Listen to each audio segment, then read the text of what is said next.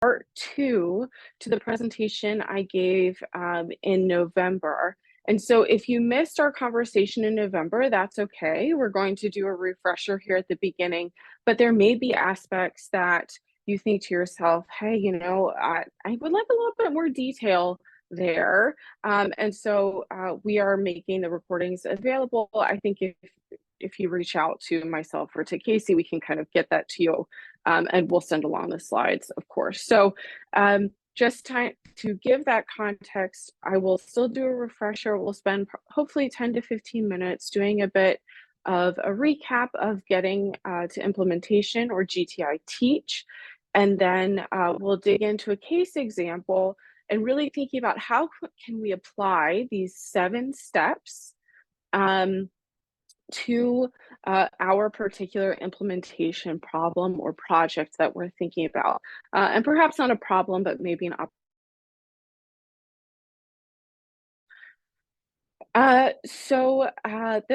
Like I said, the second half will be primarily a case example, and this will be participatory. And so I know we're in different places. You do not need to kind of come off camera. If you would like to stay off camera, that's great. Or depending where you are, you can put comments in the chat. I do have it up on my setup here, or you can unmute yourselves and we'll get into that. Okay, let's get started. So we had these 3 same learning objectives for our conversation back in November, and really what we're focusing on today is our 3rd learning objective. And so applying GTI teach to your implementation research. And so thinking about each of your own projects as it relates to Amethyst, or even some of the other projects that you're working on, thinking about how can we take GTI teach and apply it to our given implementation research project. And just for reference, the previous presentation covered these first 2 learning objectives. And so between the 2, you get the 3 learning objectives. Okay, so let's dig into the refresher and go from here. And so I first and foremost want to acknowledge my collaborators in this project. This is the manuscript, the paper that is available. If you have trouble accessing this, please reach out to me and I'll send you the PDF. I know depending where you are, sometimes there's a paywall and sometimes there's not. Don't pay for anything. I will send it to you. Please reach out to me. But this is the group of folks who worked on this project, and really this is based out of getting to outcomes, which is an implementation, kind of a meta implementation strategy, which that Matt Chinman developed, who is the senior author here. And then it was adapted into getting to implementation, and then we used getting to implementation to then think about how can we develop a tool to help people organize their thoughts about their implementation research. And so this is what was the result of that. Shout out to the graphic designers who helped us at the University of Pittsburgh, because this is beautiful and far better than anything that my mind could ever come up with. And we were just so pleased with this. So these are the 7 steps that we're going to be going through quickly as a refresher, and then dive in deeper and talk through as we go through our case example. Okay, and if you have any questions along the way, please stop me. Just unmute yourself and interrupt me. This hopefully will be a conversation. And so the first step is to define the problem. So think about, what is your health problem of interest? Sometimes we think of things, and at least in this space, tend to think of things in regards to health. You could think of things, some kind of social problem as well. And then what is the gap that you are addressing? And I think the step here that's really important is saying, what's the health thing that's happening? So often this could be the disease state or something else that's going on, some kind of health outcome that is a problem. Thinking of that. And then what is the gap that you're trying to address? And so oftentimes we think about, there is an evidence-based practice that is currently not being used to address this health problem of interest that we're thinking about. All right, we're going to keep flying here so that we can get to our conversation. And so then the second step is to conceptualize the problem. So think about your current state. What would the future state look like? What is the difference between what's currently existing and what you want to exist? And then we can use these sometimes scary things called theories, models, and frameworks to help us think about and guide our thinking, help organize how we're thinking about and conceptualizing.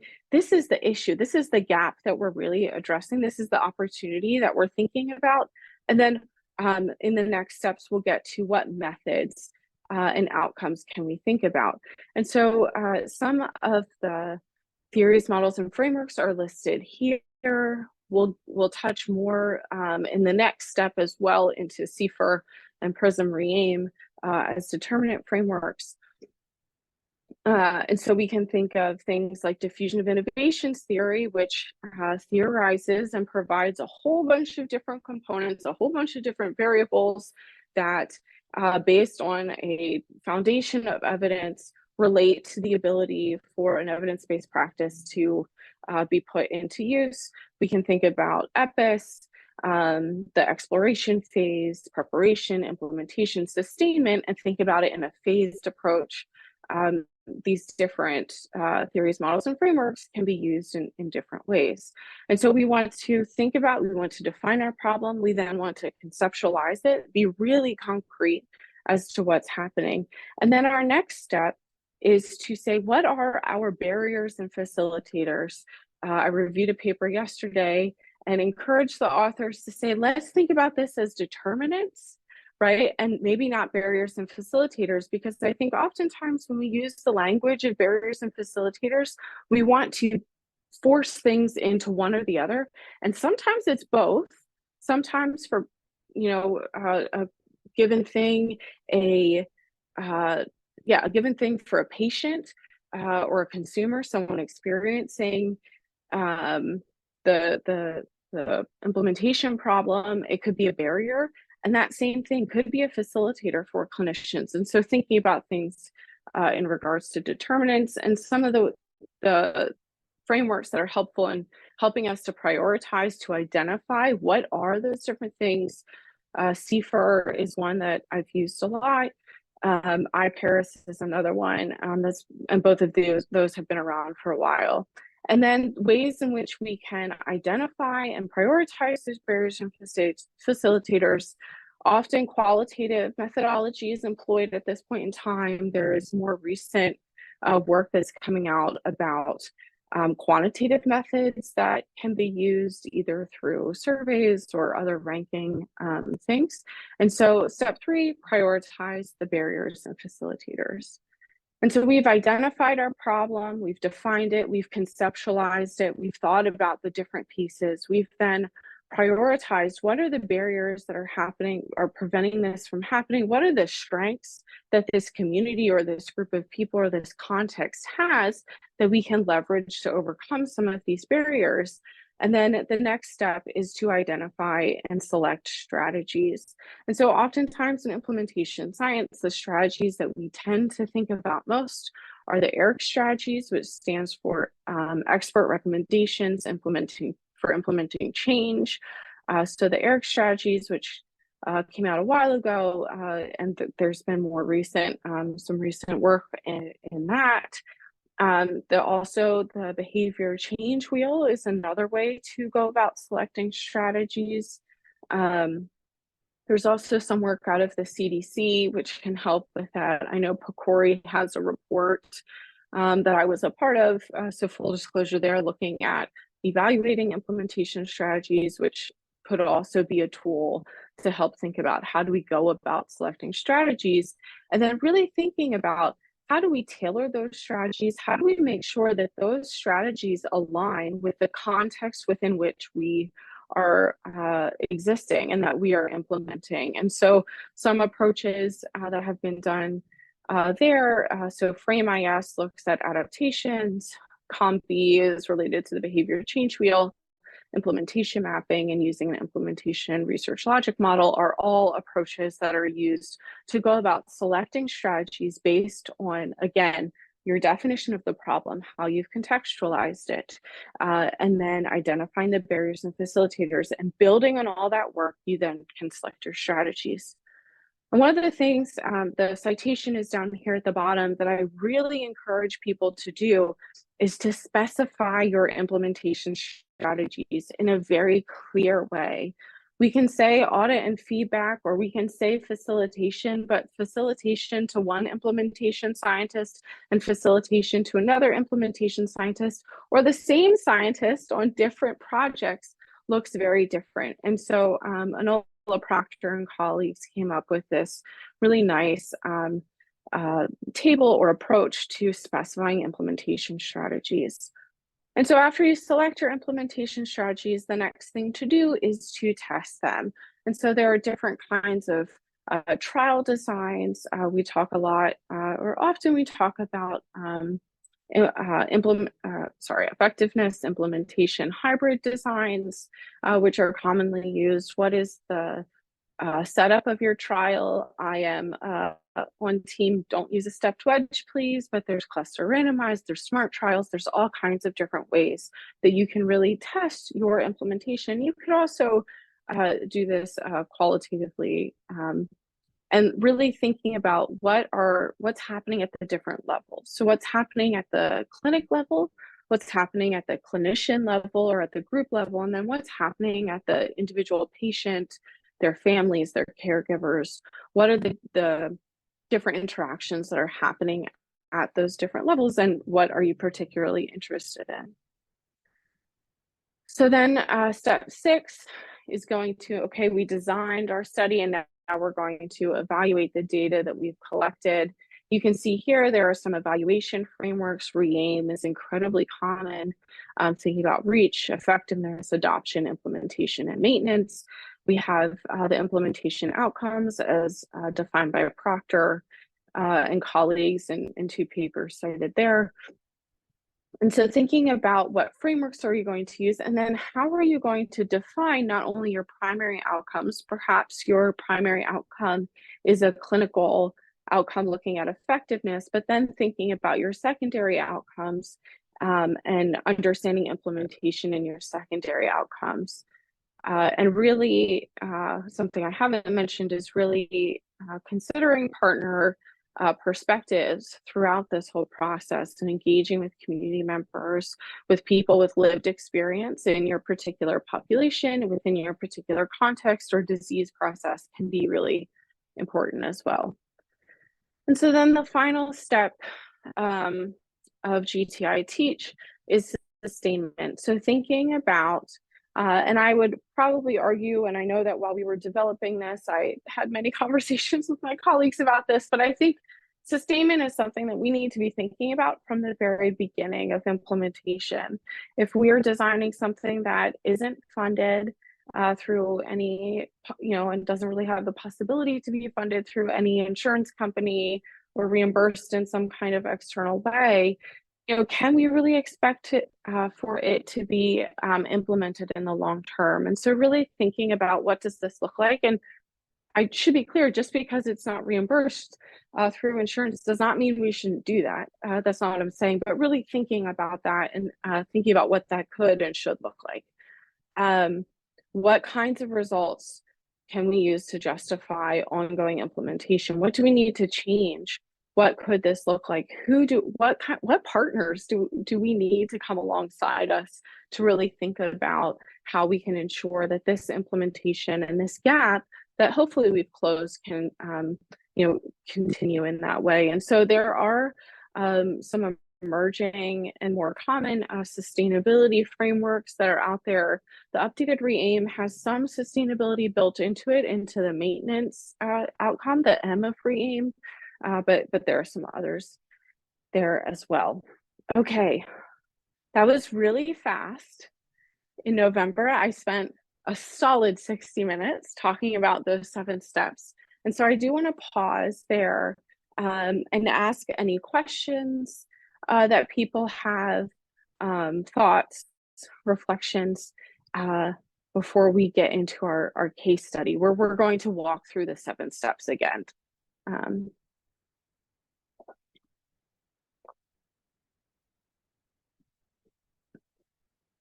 Okay.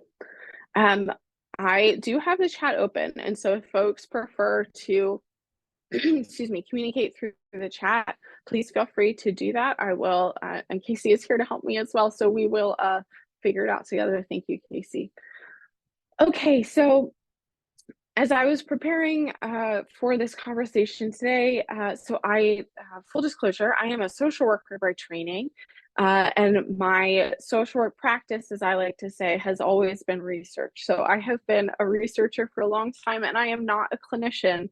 And so when I was thinking about, it'd be really helpful to do a case example and walk through the 7 steps of GTI Teach. So I reached out to Rebecca Ham for some guidance about what is a pretty simple thing that we can wrap our minds around in a short period of time, but something that's pretty compelling and that would make sense and resonate with each one of you. And so she recommended hypertension monitoring for postpartum patients. And so, again, full disclosure, I am not a clinician. And so if there are some of the clinical details that I'm not getting right here, please correct me. But the implementation side, hopefully we can navigate that together. Okay, so this is going to be our intervention of interest. And so thinking AHRQ and PCORI has now recommended that there is early recognition of hypertension, and this can be a way to address some racial disparities. Okay, so as we've just learned, we are going to think about this problem that we have, and we are going to talk through the 7 steps as an example of this is how we can use GTI Teach to help orient us, to help us organize our implementation research project. Okay, so defining the problem. So as we talked about a few minutes ago, what is the health problem of interest? So for certain patients, postpartum blood pressure monitoring is necessary to avoid complications and death. ACOG recommends postpartum blood pressure monitoring. Postpartum blood pressure monitoring is a #1 implementation priority. I have some of the citations here. And remote monitoring is effective. Okay, so that we know that there is an issue in the postpartum period for some birthing people with blood pressure. And so monitoring can be a way to help identify some of those postpartum complications early. And we know that blood pressure monitoring is a great way to capture that information, and we can do it remotely. Any questions? Clinical people, if I've messed it up already, please let me know. Okay, so thinking about defining the problem, we want to come up with what is our problem statement, which again, thinking about a strengths-based approach can be a little funky, but okay, let's think. What is the implementation gap? So you can remember those kind of 2 cliffs with the bridge. What is our gap? What is our opportunity that we are addressing? So we know that remote postpartum blood pressure monitoring works, yet it's not widely used in clinical practice. Okay, so the gap is, the evidence-based gap is that we know that remote monitoring for blood pressure is possible and it works, but in clinical practice, our current state is that it's not being used. So to help orient us, our EBP or evidence-based practice here is remote postpartum blood pressure monitoring, which is quite a mouthful. Okay, all right, so now the participatory part is starting. So get your fingers ready for typing into the chat or unmuting yourselves. So let's specify the problem in behavioral terms. This can be really helpful for us. And I will say, taking a little bit of a step back here, oftentimes what can be really useful, especially early on in an implementation project, is to sit down and I don't know how many of you did group activities in undergrad. I did social work for undergrad, so everything was a group activity, which was incredibly frustrating. But sitting down with your research team, your co-Is or your co-PI or your co-lead, whomever that is, sitting down and working through this together, having that brainstorming. So let's do that together. Let's say that we are the group who is in charge of addressing this very important implementation gap. So who needs to change? What do they need to do? Where do they need to do it? When do they need to do it? And who are our key partners?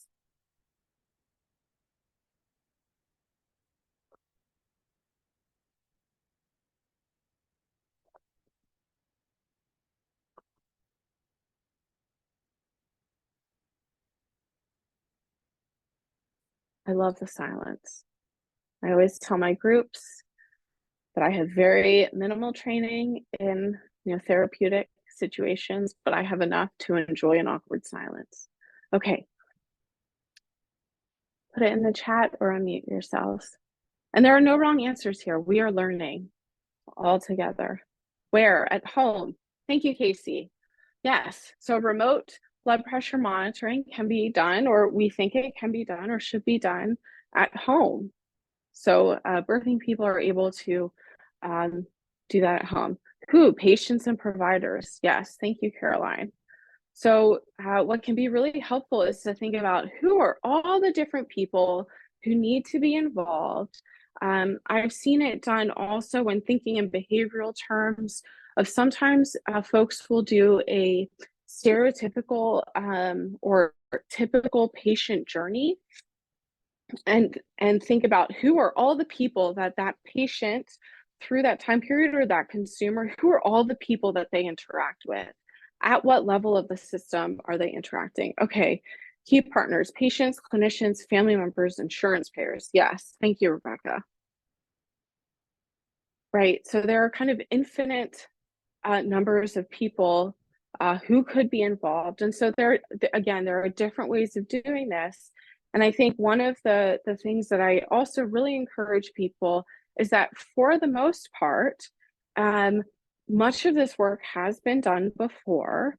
And maybe it's not in this particular topic area, but you could think in other outpatient settings and what that looks like. And so you can pull from other areas in the literature, other webinars or things like that where they've done these kinds of activities. Okay, I'm seeing, and clinicians need to encompass a lot of people. Yes, inpatient, outpatient, nursing, midwife, and physician, hospital administrators.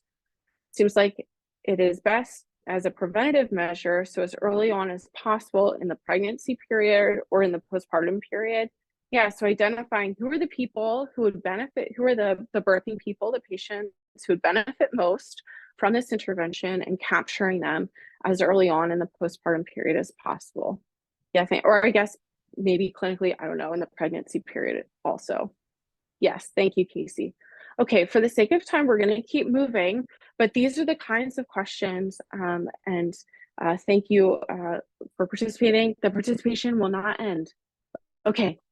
All right, so let's conceptualize our problem.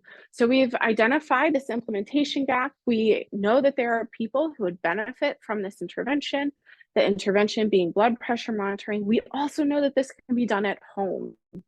And so in the current state, what does this look like? And so this would be dependent upon your given clinical context. So I believe, and Rebecca, I see you here. So I believe, Rebecca Ham, maybe within some of the Penn system, it's happening, this remote monitoring is happening on a semi-regular basis. But perhaps when you go out to a more rural context or suburban context, maybe there aren't quite as many resources to happen. Something that we think about a lot in rural areas is broadband access. And I will tell you, my grandfather lives up in the mountains, and every time I go there, I just think to myself, don't let anything bad happen, because I do not have any cell phone reception, right? There's just no reception up there, and I've had multiple carriers over the years, right? And so thinking about what is the context within which we're existing? Because if there's no cell reception and everyone relies on landlines, is it really realistic for us to say, hey, this broadband-based, this internet-based intervention is how we want to proceed? Maybe not. Maybe there are other ways that we can think about that. Okay. And then what theory, model, or framework will help guide us? And so if we're thinking, I'm going to go to the next slide here. If we're thinking about this in what we think of as the pre-implementation phase. So we have not tried to implement remote blood pressure monitoring in the postpartum period yet, what are some of the frameworks or models for folks who have experience? What do you think might be a nice thing or a good idea to use?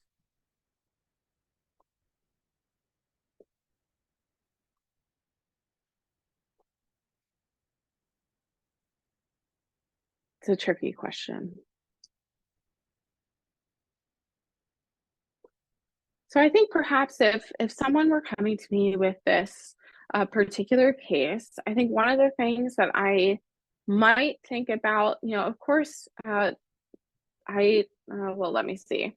I've used CFR quite a bit. I've also used Prism Ream, so I tend to be more familiar with those. I do think EPIS could be a really nice framework here. And the reason I say that is EPIS is a phased approach. So thinking about what's happening in that exploration phase. What do I think, oh yes, okay, Rebecca Ham, all of the people who need to be involved, all of the decision making that needs to happen in order for this decision to implement remote postpartum blood pressure monitoring, a lot of people have to be involved. And so I wonder, in thinking about this problem, if a phased approach to thinking about, okay, what is happening and what do determinants, what do barriers and facilitators, which is our next step, what does that look like in the exploration phase? What needs to happen within the decision to adopt, which comes from diffusion of innovations theory? What happens in that process that may change for some of those people when we get into the preparation phase? Again, what needs to change to get into the intervention phase or implementation phase, rather? Any other comments for folks who have thoughts on that?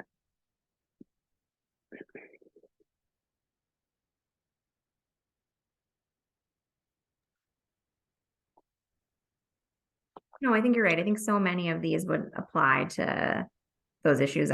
Similarly, I'm most familiar with CFR and think that's probably a good place to start in thinking about all the many determinants of success in terms of moving ahead. But that, a lot of these other more process models would probably be really helpful too. It's a complicated workflow question. And so, I think those would probably be especially helpful here.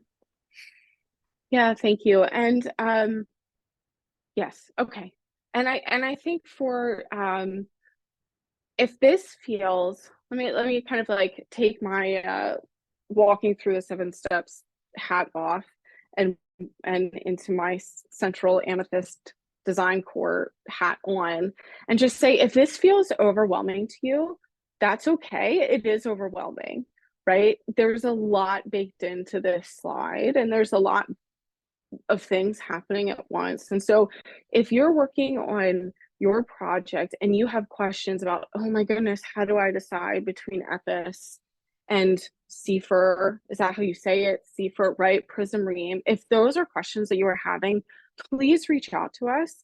Those are the exact questions that we are here to help guide you and to help walk with you through that process. You do not have to go through this process by yourself. And so I just want to say that when I first became aware of implementation science, it was terrifying and very daunting. And I felt like I could never belong in this space because I didn't understand all of these phrases and I was never going to be able to remember all these things. It's not true. I'm going to normalize that is a normal experience. And if you have questions, please, please, please reach out to us. We are here to help. I'm more than happy to pick up the phone or jump on a Zoom call and we can have a conversation and talk through it. Okay, let's get through our 7 steps here. So thinking about, so we've defined our problem, we've begun to conceptualize it, and I would probably, and I would argue that as you continue to walk through this process, conceptualizing it is something that continues to evolve over time. So the next thing that can be really important to think about are, what are the barriers? What are the things that are getting in the way? And what are the facilitators? What are the strengths that members of this community have, that different providers and people involved in this process have based on their own lived experience? And how can we use those to ensure that we're reducing disparities when it comes to, blood pressure issues in the postpartum period. That is not to minimize it. That is a lack of ignorance of the medical terms. Okay. So what are the barriers that you will address? And so maybe if we're thinking about, I know several of our COEs are really focused in rural settings. And so maybe it's something related to internet access, or maybe is this formatted for mobile use, because that is the primary way that people engage with the internet, is through their cell phones and not through a laptop. I know that's a big thing in many areas as well. And so really digging down into what are the barriers, and what are the strengths? The strengths are this community is very integrated, and people look out for each other, and they're in each other's homes constantly. And so, these are things that we can think of. Okay, Deja, thank you. Barriers can include educational level of patients, blood pressure technologies, clinician comfort with management of blood pressure from home, costs of home blood pressure cuffs. Yes, I'm working on another project, not looking at folks in the postpartum period, that has to do with blood pressure, and the amount of money that they're spending to send people blood pressure cuffs so that they can use them in their homes is astronomical. So cost is a real thing.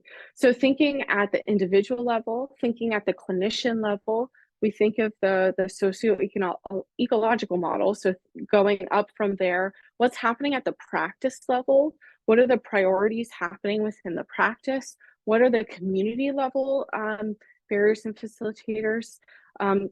Continuity of care for patients, day-to-day conflicts that could prevent monitoring. Yes, great. Deja, thank you for that. And so how will you engage your partners in refining your conceptual model and prioritizing barriers? And so perhaps from a research perspective, from an external perspective, maybe for me, when I look at our list of barriers as the implementation scientist, I'm like, oh my goodness, I think education level patients, or there's like skepticism about technology. I think my goodness, that's going to be the most, thing that's going to cause us the most issues. And then we talk with our community partners, and they're like, that is not the problem at all with any of this. It's the fact that your silly thing only works with a desktop or a laptop and doesn't work on our phones. That's the problem, right? So I think engaging with those community partners can be just so incredibly important, and can help to ensure that your implementation process goes more smoothly in the future. Other barriers, and thinking about prioritizing barriers that folks are thinking about. I'm just going to unmute myself. I would say, can you hear me? Oh, okay, go ahead, Caroline. Okay, yeah.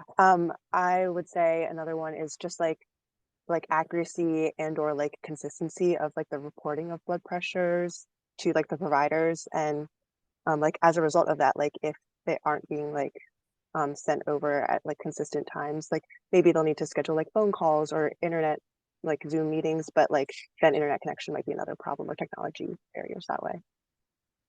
Yeah, thank you. All right, let's keep moving. Oh, sorry, go ahead, Rebecca, please. Keep going. Okay, all right, I know, we could spend an hour talking about each of these steps. Yeah. And I am looking at the time and seeing that we have 20 minutes left and we're on step 4. Okay, so we've identified a whole slew of barriers and facilitators. We've identified these incredible strengths that exist within our context, the passion of the physicians and nurses and midwives for their patients in the postpartum period, the fact that this is such a priority for our clinic administrators, that they're going to spend all their discretionary funding on this particular issue, right? So we've identified our barriers, we've identified all of the strengths that are coming out of our context, and then we need to select strategies. And so one way to do this, and as I mentioned at the beginning, there are many different ways that you can go about the process of going from, this is my list of determinants, my barriers, facilitators, strengths, and this is where I want to get to, and mapping or matching or pairing strategies. And so this is one way that we can think about it. So thinking about, this is our priority barrier. This is a strategy that makes the most sense. I think one of the things, because in particular, I'm thinking about the ERIC implementation strategies, ERIC has been around for a long time. And so through some reviews of the literature, you may be able to find strategies that people have used for similar barriers that may be helpful for you, or things that they tried that perhaps didn't work. And I think this is where that sustainability piece comes in, and definitely where the field can continue to grow in that area. What is that mechanism of change? What is the thing that it, like, when you really dig down into it, what needs to happen? Maybe it's, there needs to be self-efficacy of the patients to ensure, to Caroline's point, that they are appropriately taking their blood pressure. Maybe needs to be, I think, to Rebecca's point, there needs to be something in the change in clinician comfort with management of remote blood pressure monitoring. And specifically, what will the strategy look like? And so this is really where the Proctor criteria as for specifying implementation strategies can really be helpful. So thinking about patient efficacy, maybe there is some kind of training, maybe it needs to be hands-on training, but going through each of these domains. This paper is really great. They define things very clearly. They give lots of examples. It's also not too terribly long, and so you can, it's pretty manageable to get through. Again, if these are questions that you're having with your COE, please reach out to us. This is the kind of thing that I love to do and I love to think about. So really specifying what are the strategies that you're thinking about.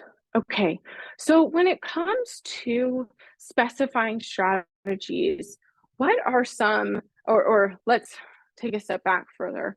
When it comes to selecting strategies, I think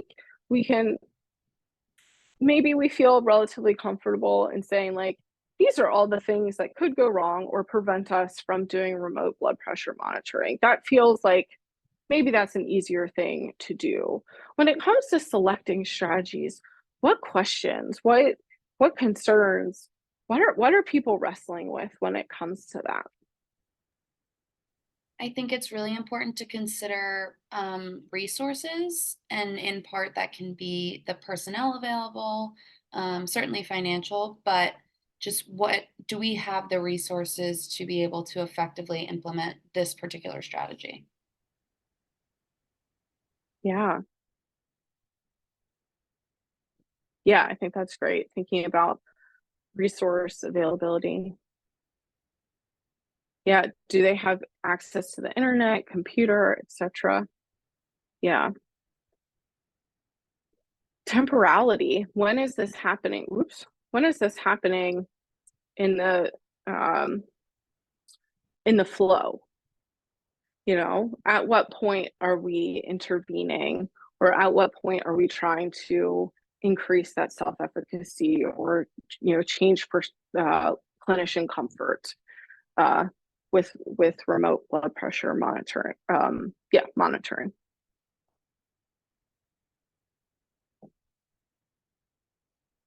Other thoughts about selecting implementation strategies? It's very challenging. And I will say, I was going to say there's no right way. There's no one right way. There are likely certainly wrong ways of doing it, but I think there are many right ways of doing it. Yeah, Rebecca, go ahead. No, I think, like all things, right, you need a lot of multi-level strategies here. I think that thinking about education and training is going to be a huge piece. I know we talk all the time about the insufficiency of that, but I think that this being a very new evidence-based practice to some people is really going to require that from a clinician side. And then certainly for each patient who is getting enrolled, there needs to be like an educational plan of how they're going to be informed about how to use this evidence-based practice in their postpartum period. And then, I think that some things that we've done at Penn in regards to strategies for this is around audit and feedback. I think that the idea of like, in some ways being able to show our outcomes back to people that we were able to prevent readmissions for postpartum hypertension is a huge driver, both from like the hospital administration perspective, from the clinician perspective, and even to tell patients that sort of thing as well, to help with, the goal of this is to help you not have to come back to the hospital with a newborn is like, I think a really helpful driver to get them to actually send back their blood pressures. Yeah, no, I think that's a great point. And what I'm hearing you say there is really thinking about what is that underlying mechanism and what is that underlying motivation. And for clinicians and administrators, there's something, well, likely for administrators, mostly there's something to be said for a reduction of readmissions. But then there's something that's like really powerful when you're talking with birthing people and saying, hey, we don't want you to have to come back to this very, disease infested place. I'm being a little, extreme here, right? With a newborn, like you don't want to come to a hospital with a newborn. You want to be at home recovering and spending your time, and doing all those things and sleeping and resting and not worrying about, trying to like learn how to feed your baby around lots of dirt and people. Okay. Yes, so we've selected some strategies. We think about audit and feedback. We think about sharing stories. That's something that we've talked about in other settings, and the power of sharing anecdotes and sharing stories with patients, with clinicians in particular. And so then we come to the testing of the implementation. And so what will be the focus here? Well, the focus of, and this is stepping back from the implementation in and of itself and saying, we are now evaluating the implementation and seeing what works and what doesn't work in that way. And so are you primarily focused on the effectiveness of remote blood pressure monitoring? Are we primarily focused on the implementation? Is audit and feedback? Is education? In what ways is education helpful and related to outcomes, reductions, and readmissions? Are we comparing the two? Getting to that the second sub-bullet point, are we comparing audit and feedback versus education, or are we looking at the combination of the two? Having all of these questions and really thinking through all of these questions can be really helpful by the time you get to the next bullet point, which is thinking about how then are you going to set up your study design. And I think trial seems like, at least when I tend to think of trials, you think of these like very big, multi-million-dollar things. And sometimes this can be a small evaluation. This is also done in quality improvement settings. And so how are we thinking of things in that way as well? And then thinking about if you are at the point where you want to randomize, do you do that at the clinician level, at the patient level, at the clinic level? There are certain pros and cons to all of those. So I think let's go with the example of that we have here, remote postpartum blood pressure monitoring. What would you think, what design would you think would be helpful or useful to use, or would you like to use in this example? Not stepped wedge. Good job, Casey.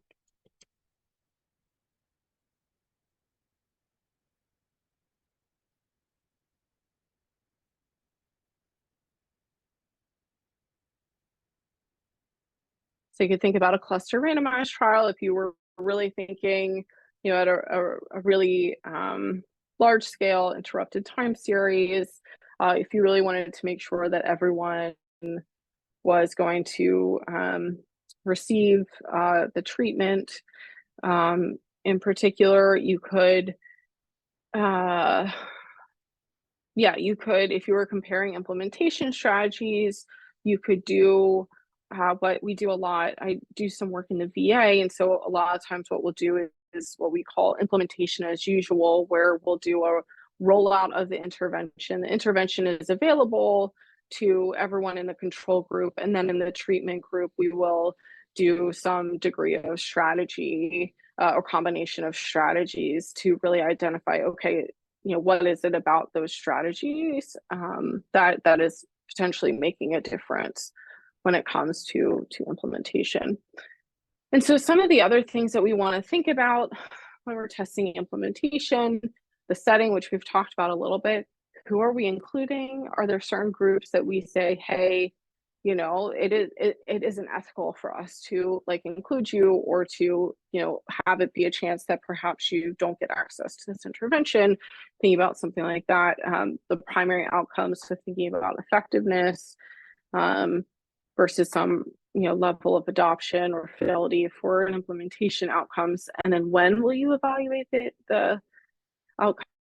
And just I think it's really important to have a solid justification and rationale for why you're doing or why you've made the decision that you've made. So within our example here, and I am seeing time, I think we'll be okay. What are some examples that you can think of about, let's pick one. So let's think about outcomes. So what do you think would be like a most important primary outcome here, and what are some secondary outcomes that you might also think about?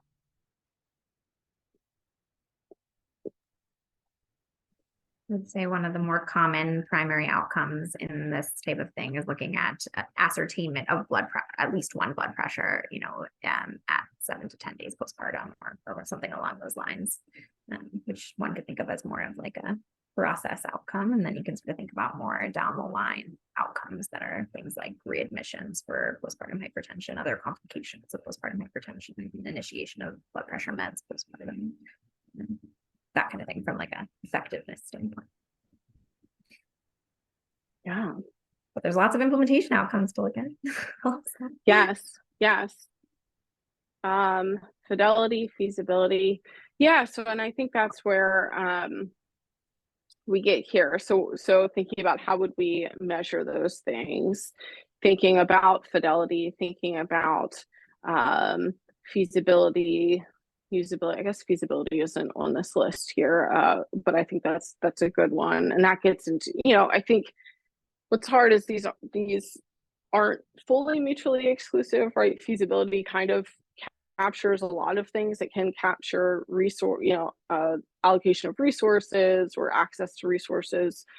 So reach is thinking about of people who are eligible, who received some part of the intervention, cost, sustainment, adoption. So who was able to do it, and we can define those in different ways. And so to what Rebecca was saying, were we able to get at least one blood pressure reading from patients, right? And that's our threshold. And then do clinical outcomes look different if we're able to get multiple readings from people? What are the things that are unique about or distinct about the people who sent us multiple readings? Was there some kind of different interaction with the provider? Was there something about the clinician that they engaged with, or the patient navigator, kind of whatever, however the structure is set up, that for whatever reason allowed them or enabled them or empowered them, perhaps is the right word there, to send in multiple readings. Other example measures, thinking about our example here, other example measures that you're thinking of, that folks are thinking of. Sustainment can include patients knowing how to monitor blood pressure even past postpartum period, perhaps sharing this with relatives, friends, etc. Yes, I was thinking that too. Yeah, how that it's like how do you find your PCP, or how do you identify your pediatrician, right? You call your friends who have kids and you say, who's your pediatrician? Do you like them? What insurance do they take, right? It's this networking process and looking at communities that way. Yeah, thank you.